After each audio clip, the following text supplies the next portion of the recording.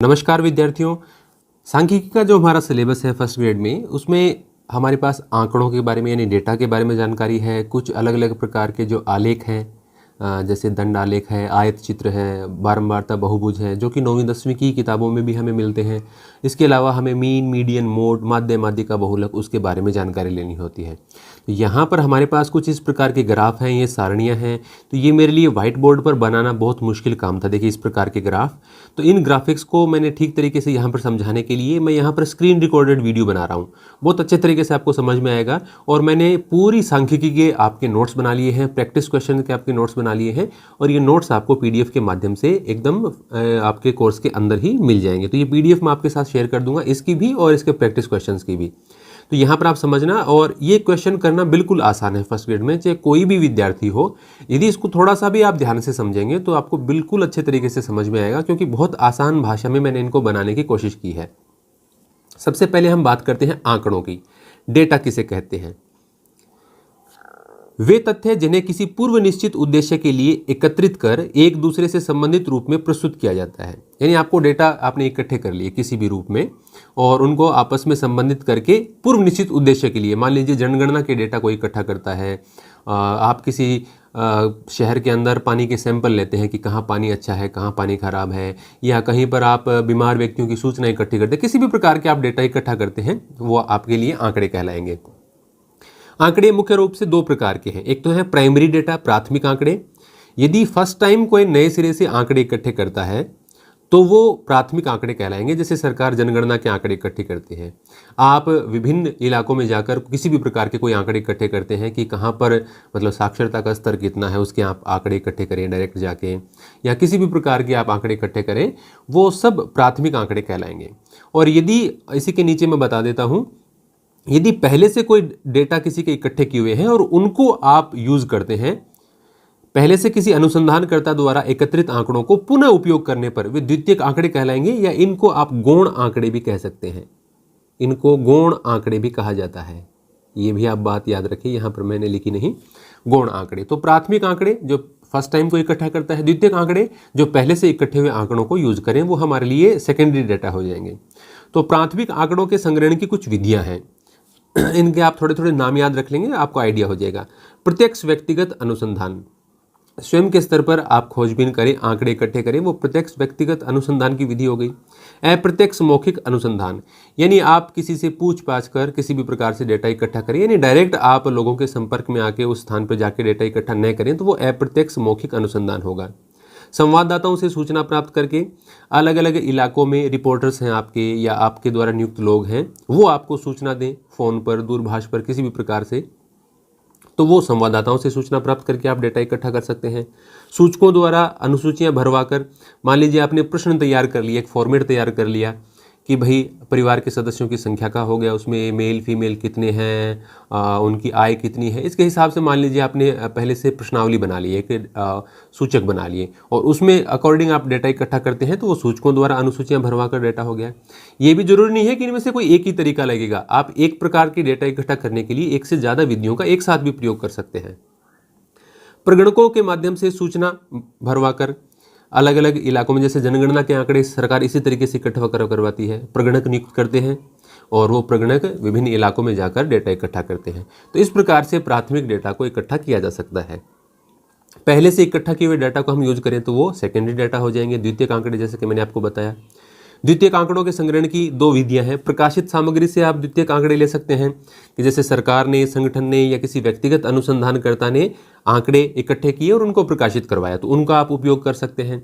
अप्रकाशित सामग्री, कई मान लीजिए सरकार भी हो सकती है, कोई संगठन भी हो सकता है, व्यक्तिगत कोई अनुसंधानकर्ता भी हो सकता है, जिसने आंकड़े इकट्ठे तो कर लिए लेकिन प्रकाशित नहीं करवाए, तो वो आंकड़े भी आप यूज कर सकते हैं। तो ये द्वितीयक आंकड़ों के संग्रहण की दो विधियां हो गई, एक प्रकाशित सामग्री से और अप्रकाशित से। इन बातों को आप मेरे बताए बिना भी पढ़ेंगे तो आपको इन नोट्स में समझ में आ जाएगी।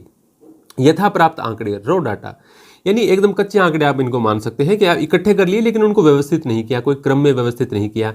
जैसे कि 10 विद्यार्थियों द्वारा गणित में प्राप्त अंक आपने इकट्ठे तो कर लिए, लेकिन यहाँ पर किसके अंक ज़्यादा हैं, किसके कम हैं, आपने आरोही या अवरोही क्रम में उनको व्यवस्थित नहीं किया, 10 से 20 के बीच में कितने विद्यार्थी हैं, 20 से 30 के बीच कितने विद्यार्थी हैं, यानी इस प्रकार से आपने इनको प्रस्तुत नहीं किया किसी निश्चित क्रम में जचाकर। तो वो यथाप्राप्त आंकड़े जैसे आपने इकट्ठे किए वैसे के वैसे हैं, उनको किसी भी प्रकार से व्यवस्थित नहीं किया गया है। आरोही और अवरोही क्रम आप जानते हैं, बढ़ते हुए क्रम में छोटे से बड़े की ओर जाएंगे तो आरोही क्रम होता है, असेंडिंग ऑर्डर, और बड़े से छोटे यानी घटते हुए क्रम में आप आंकड़ों को लिखेंगे तो वो अवरोही क्रम होता है। परिसर या परास, रेंज, देखिए सबसे पहले जो भी आपके पास डेटा है, जैसे ये डेटा है हमारे पास, आंकड़े हैं, इसको हम क्या करेंगे, आरोही क्रम में लिखेंगे। सबसे पहले सबसे छोटा, फिर उससे बड़ा, फिर उससे बड़ा, फिर सबसे बड़ा, इस प्रकार से, और फिर सबसे बड़े मान में से सबसे छोटा मान घटा देंगे तो वो रेंज आ जाएगी आपकी। परिसर या परास बोलते हैं उसको। आरोही क्रम में व्यवस्थित करने के बाद परिसर क्या होगी, अधिकतम मान में से न्यूनतम मान घटा देंगे। जैसे इसको आप व्यवस्थित करेंगे, सबसे पहले सबसे छोटा डेटा आप 25 से शुरू करेंगे, 25, 27, फिर उसके बाद 29 लिखेंगे, और ऐसे जाते जाते लास्ट में आप 91 आ जाएगा। तो सबसे बड़ा 91 है और सबसे छोटा 25 है, तो 91 में से 25 घटाएंगे तो वो आपका परिसर आ जाएगा। बारंबारता, कोई डेटा, कोई आंकड़ा कितनी बार आया है उसको हम बारंबारता कहेंगे। जैसे यहाँ पर है, जैसे 4 1 बार, 2 बार, 3 बार, 4 बार आया है, तो ये बारंबारता है। 4 की बारंबारता कितनी है, 4। ऐसे ही 5 कितनी बार आया है, 1 बार, 2 बार, 3 बार, 4 बार, 5 भी 4 बार आया है। तो कौन सा आंकड़ा कितनी बार आया है उसको हम बारंबारता कहते हैं, फ्रीक्वेंसी। कौन सा आंकड़ा कितनी बार आया है, बिल्कुल मैंने जटिल भाषा लिखने की कोशिश नहीं की है, जिस भाषा में आपको समझ में आ जाए वही। अब बारंबारता बंटन सारणी, अब ऐसा कोई प्रश्न आता नहीं कि बारंबारता बंटन सारणी बनाइए, क्योंकि आपके तो एबीसीडी का प्रश्न है, लेकिन आपको इनकी बेसिक नॉलेज होनी चाहिए जो कि कहीं भी किसी भी क्वेश्चन में काम आ सकती है।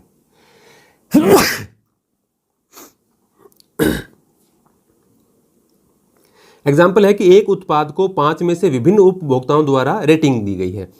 जैसे आप हमारी एप्लीकेशन को रेटिंग देते हैं, किसी ने 1 स्टार दिया, किसी ने 4 दिया, किसी ने 3 दिया, किसी ने 2 दिया, किसी ने 5, तो इनकी बारंबारता बंटन सारणी बनाइए। तो स्टार क्या क्या है, 1, 2, 3, 4, 5 में से देने। तो 1 कितनी बार आया है, इन आंकड़ों में 6 बार आया है, तो 6 को आप कैसे लिखेंगे, 1, 2, 3, 4 ऐसे, और 5वां ऐसे तिरछा इनको काटते हुए आएगा। इस प्रकार से आपको नहीं काटना है, ये तरीका गलत है। आपको लेफ्ट में ऊपर से राइट में नीचे तक जाना है। ये 5वां हो गया, तो यहाँ पर आप देखेंगे 5 तो ये हो गए, और ये 6 कितनी बार आया है, ये 6 बार। इसी प्रकार से 2 इसमें 4 बार आया तो मैंने 4 बार निशान लगा दिया, इसको मिलान चिन्ह बोलते हैं। आगे लिख दिए संख्या 4। 3 2 बार आया है, ये 4 बार आया है, और 5 भी 4 बार आया, तो यहाँ पर हमने लिख दिया। तो ये ऐसे बारंबारता बंटन सारणी बनती है। इसको बोलते हैं अवर्गीकृत बारंबारता बंटन सारणी। वर्गीकृत कौन सी होती है, जिसमें हम इस प्रकार से लिखते हैं 0 से 10, 10 से 20, इस प्रकार से वर्ग अंतराल लिखते हुए, जैसे मैंने आगे उदाहरण दिया है वर्गीकृत बारंबारता बंटन सारणी का। 50 में से विद्यार्थियों ने अंक प्राप्त किए हैं, 0 से 10 प्राप्त करने वाले 2 विद्यार्थी हैं। मिलान चिन्ह भी यदि लगाना चाहें तो मिलान चिन्ह इसमें भी बन जाते हैं। 10 से 20 के बीच में अंक प्राप्त किए हैं 11 विद्यार्थियों ने, 20 से 30 के बीच में 13 विद्यार्थियों ने, ऐसे। अब यहाँ पर ये जो है ना वर्ग अंतराल, इसको लिखने के भी 2 तरीके हैं। पहले कुछ और बात समझिए, 0 से 10 इसके बीच का अंतर 10 है, इसको हम कहते हैं वर्ग अंतराल। जैसे 0 से 10, 10 से 20, कितने कितने का अंतर है इसमें, 10 10 का, इसको हम वर्ग अंतराल कहते हैं, वर्ग माप कहते हैं, या वर्ग चौड़ाई कहते हैं। वर्ग अंतराल, वर्ग माप या वर्ग चौड़ाई। यहाँ पर वर्ग चौड़ाई कितनी है, 10 है, 10 10 का अंतर है। ऐसे ही यदि आंकड़े इस प्रकार से हों, 0 से 5, 5 से 10, 10 से 15, तो इसका वर्ग अंतराल या वर्ग माप या वर्ग चौड़ाई कितनी हो जाएगी, 5 हो जाएगी, क्योंकि इसमें 5 5 का अंतर है। अब देखिए 0 से 10 होता है, तो ये बहुत इंपॉर्टेंट है। 0 से 10 में जैसे 0 है इसको हम कहेंगे निम्न सीमा, और ये जो 10 है आगे लिखा जाता है इसको कहेंगे ऊपरी सीमा। इसी प्रकार से जैसे 10 से 20 है, इसमें पहले वाली निम्न सीमा होगी, बाद वाली ऊपरी सीमा होगी। सब में ये निम्न सीमा, ये ऊपरी सीमा, ये निम्न सीमा, ये ऊपरी सीमा, सब में इस प्रकार से होती है। यदि आपको निम्न सीमा और ऊपरी सीमा से मध्य मान निकालना हो तो मैंने आगे लिखा हुआ है, यहाँ पर देखिए, ये देखिए पहले, जैसे आपके आंकड़ा है 10 से 20, इसका आपको कह दे कि मध्य मान निकालिए, तो आप क्या करेंगे, निम्न सीमा और ऊपरी सीमा को जोड़कर 2 का भाग दे देंगे। जैसे 10 से 20 का मध्य मान क्या होगा, निम्न सीमा प्लस ऊपरी सीमा बटे 2। 10 और 20 को जोड़ दिया, 10 और 20 के बीच में कितना आता है, 15। 10 और 20 को जोड़ दिया, 30 हो गया, 30 में 2 का भाग दे दिया, 15। तो ये मध्य मान होता है, निम्न सीमा प्लस ऊपरी सीमा बटे 2। अब देखिए वर्ग अंतराल भी 2 प्रकार के हैं। एक तो है सतत वर्ग अंतराल, उसको अपवर्जी श्रेणी भी बोलते हैं। सतत वर्ग अंतराल का मतलब है कि क्रम टूटता नहीं है। 100 से 110 है तो अगला भी 110 से शुरू होगा, 110 से 120, अगला 120 से शुरू होगा, 120 से 130, इस प्रकार से। तो इसमें क्या होता है, मैंने लिख रखा है, इसमें पहले वर्ग की ऊपरी सीमा और अगले वर्ग की निम्न सीमा समान होती है। देखिए पहले वर्ग की ऊपरी सीमा कितनी है 110, अगले वर्ग की निम्न सीमा कितनी है 110, ये समान होगी। इस वर्ग की ऊपरी सीमा कितनी है 120, अगले वर्ग की निम्न सीमा कितनी है 120, ये समान होगी। यानी पहले वाले वर्ग की ऊपरी सीमा और आगे वाले वर्ग की निम्न सीमा समान होती है, उनको हम कहते हैं सतत वर्ग अंतराल या अपवर्जी श्रेणी। बहुत इंपॉर्टेंट है, याद रखें। इसमें क्या होता है, ऊपरी वर्ग सीमा के बराबर मूल्य का पद अगले वर्ग में शामिल होता है। एकदम आसान भाषा में समझिए, जैसे मैं एक दूसरी लिख देता हूँ, 31 से 35, 30 से 35, 35 से 40, 40 से 45, इस प्रकार की है कोई। मान लीजिए आपके पास आ गया 40, 40 को आप किस में शामिल करेंगे, जैसे 40 तो यहाँ भी है, 40 तो यहाँ भी है, तो हम क्या करेंगे, ये अगले में जाएगा। ये जो बाद वाली वैल्यू है ये इसमें शामिल नहीं मानी जाएगी। 40 इसमें कभी भी नहीं गिना जाएगा, 40 अगले वाले में गिना जाएगा। इसी प्रकार से जैसे यहाँ भी 35 है, यहाँ भी 35 है, तो यदि 35 संख्या लेनी है तो आप इसके आगे नहीं लेंगे, 35 का आंकड़ा अगले वाले में गिना जाएगा। फिर से देखिए, जैसे यहाँ पर ये देखिए 100 और ये है 110, यहाँ से 110 और 120, मान लीजिए संख्या आ गई 110, तो वो कौन से में मानी जाएगी, पहले वाले में नहीं मानी जाएगी, अगले वाले में मानी जाएगी।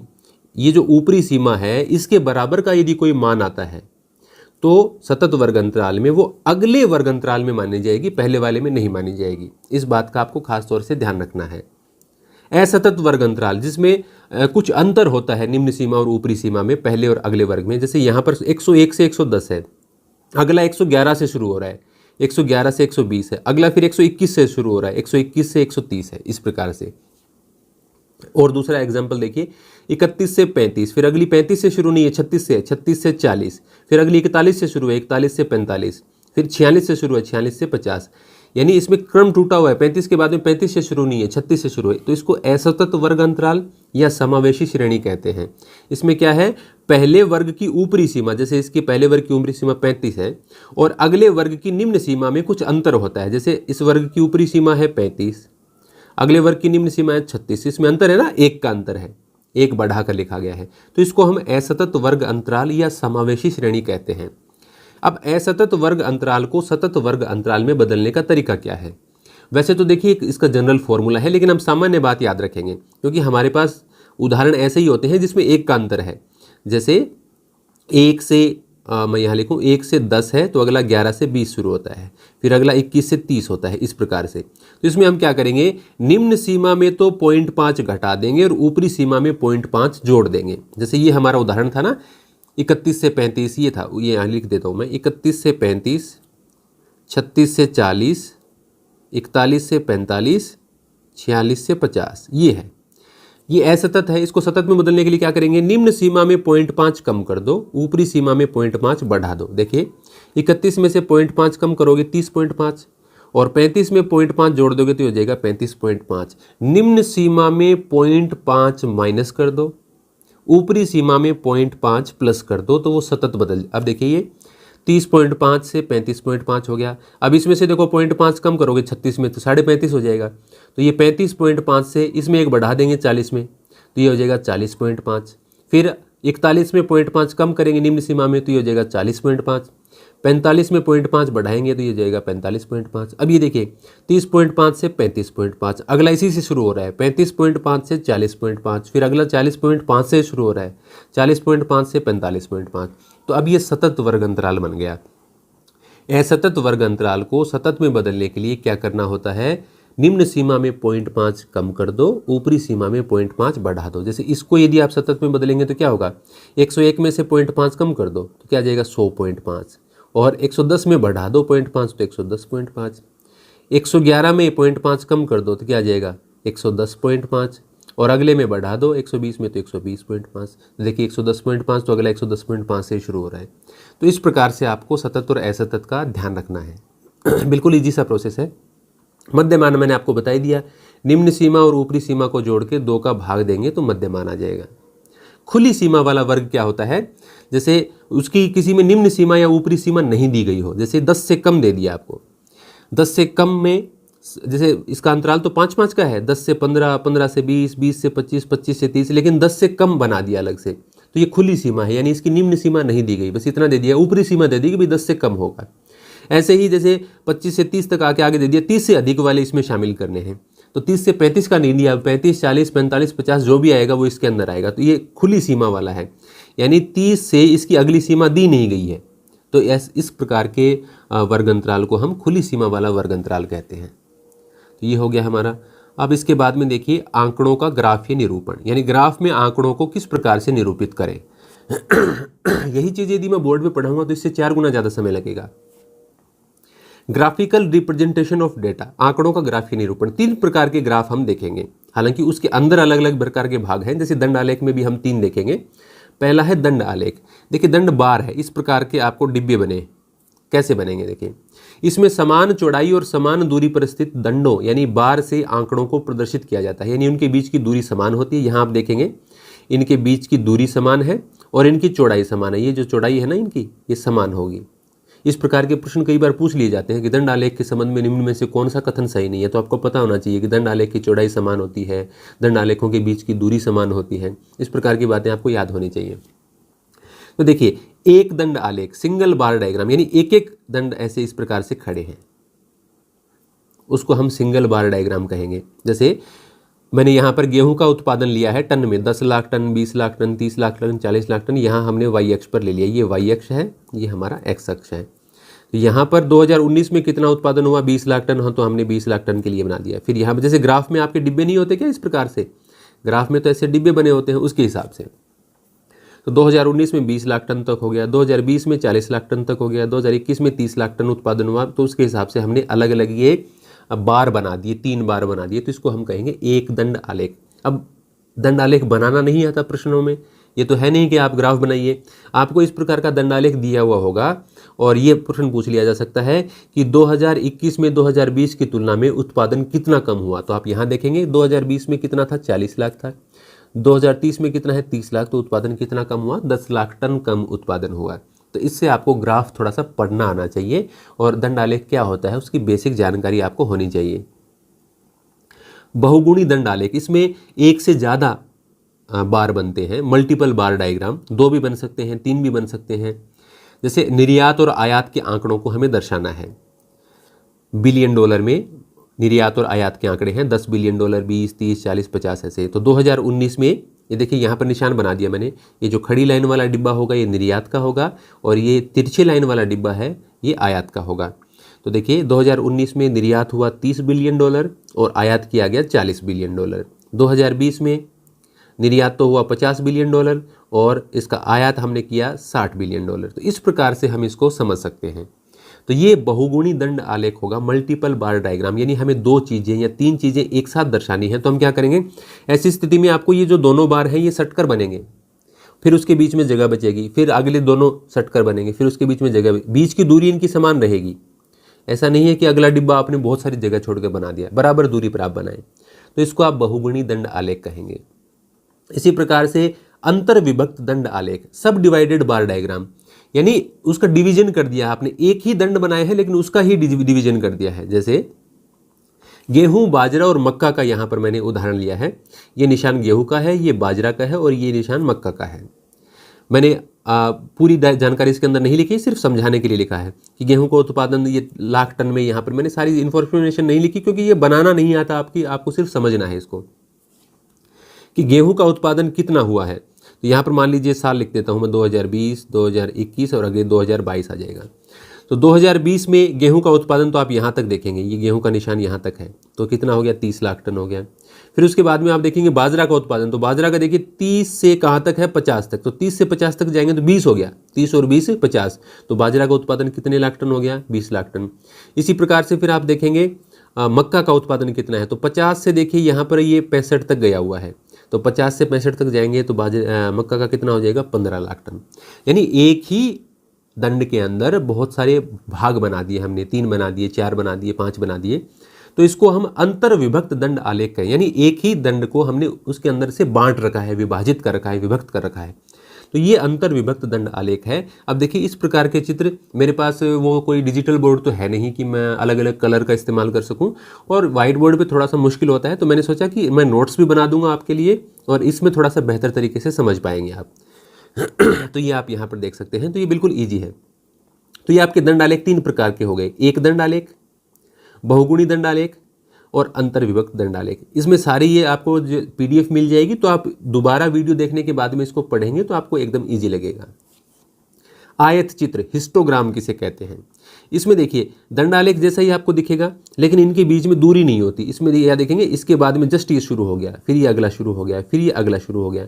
तो हिस्टोग्राम में ये जो बार हम खींचते हैं ये एक दूसरे से सटाकर बनाए जाते हैं, यानी इनके बीच में स्पेस नहीं होता, इनके बीच में कोई दूरी नहीं होती। ये बात आपको ध्यान में रखनी है। इसके अलावा ये भी जरूरी नहीं है कि इनकी चौड़ाई समान हो। जैसे इसमें तो आपको सबकी चौड़ाई समान दिख रही है, बराबर बराबर दूरी पर, लेकिन यहाँ पर देखिए मैंने एक दूसरा उदाहरण दिया है, तो मैं इनको समझा देता हूँ आपको। उदाहरणों से समझाया है मैंने। एक तो आयत चित्र में सतत अपवर्जी वर्ग अंतरालों को दर्शाने के लिए आयत चित्र बनाए जाते हैं। यानी आयत चित्र, ये जो अलग अलग स्टेटमेंट आते हैं ऐसे, इनमें से कौन सा गलत है, तो आयत चित्र का तो आया वो भी एक बार। तो सतत अपवर्जी, सतत में मैंने बताया आपको लगातार होता है, 0 से 10 होगा तो अगला 10 से 20 होगा, ऐसा नहीं कि 11 से 20 है फिर 21 से 30 है, उसके लिए नहीं बनता कभी भी आयत चित्र।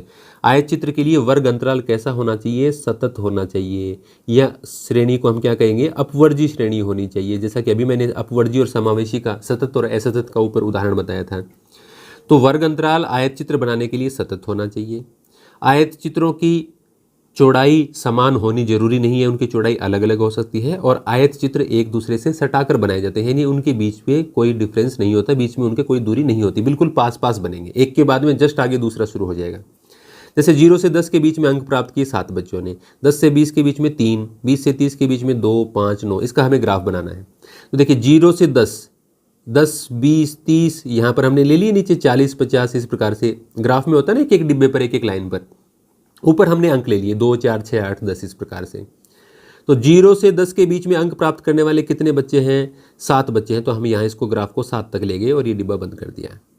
10 से 20 के बीच में कितने हैं, 3, तो हमने यहाँ पर ये बंद कर दिया, 3 बना दिए। 20 से 30 के बीच के 2 हैं, तो यहाँ पर हमने ये बना दिया।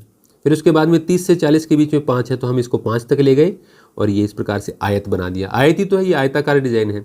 और 40 से 50 के बीच के 7 हैं, तो हम इसको 7 तक ले गए और ये डिब्बा बना दिया।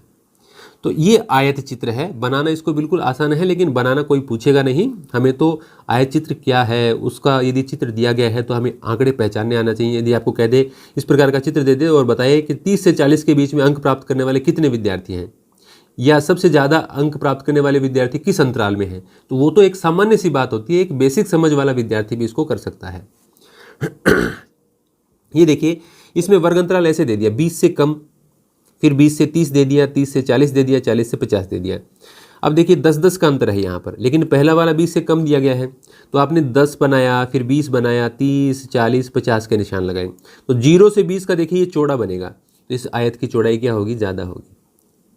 इस आयत की चौड़ाई क्या होगी, ज़्यादा होगी। तो यहाँ हमने एक उदाहरण मैंने आपको दिया है कि इनकी चौड़ाई समान हो, ये जरूरी नहीं है, चौड़ाई कम ज़्यादा भी हो सकती है। तो ये आपको आयत चित्र में विशेष ध्यान रखना है। दंड आलेख में चौड़ाई हमेशा समान रहेगी, आयत चित्र में चौड़ाई कम ज़्यादा भी हो सकती है। ये बिल्कुल आपको ध्यान में रखना है, इंपॉर्टेंट बात है। तो 20 से कम के 7 विद्यार्थी थे, तो हम 7 तक ले गए इसको। 20 से 30 वाले फिर 5 हैं, तो हम 5 तक ले गए। तो ये आगे सामान्य बात है और एक दूसरे से सट कर बनेंगे ये। तो ये आयत चित्र हो गया। बारंबारता बहुभुज बिल्कुल आसान है। जो आयत चित्र बनता है, जैसे ये कोई आयत चित्र है, तो आयत चित्र के मध्य बिंदु को लेकर उनको सीधी लाइनों से मिला दो। जैसे हमने पहले आयत चित्र बना दिया, यहाँ पर इसका मध्य बिंदु ले लिया, यहाँ इसका मध्य बिंदु ले लिया, ये ले लिया, सबके मध्य बिंदु ले लिए, बीच के बिंदु आयत चित्र में जो आयत बने हैं उनके, और फिर इनको एकदम सीधी लाइन से ऐसे मिला दिया। एकदम स्केल से आप ऐसे इसको मिला देंगे तो वो आपका बारंबारता बहुभुज बन जाएगा। ये आपके 9वीं 10वीं कक्षाओं में सब कुछ दे रखा है। तो मैंने NCERT की किताबों का सहारा लिया है, और बाकी भी और भी प्रतियोगी परीक्षाओं के लिए बहुत सारी किताबें आती हैं, उनमें सब में से बेसिक बातें निकाल के मैंने आपके लिए लिखा है। तो आपको स्कूल की किताबें भी पढ़ने की आवश्यकता नहीं है।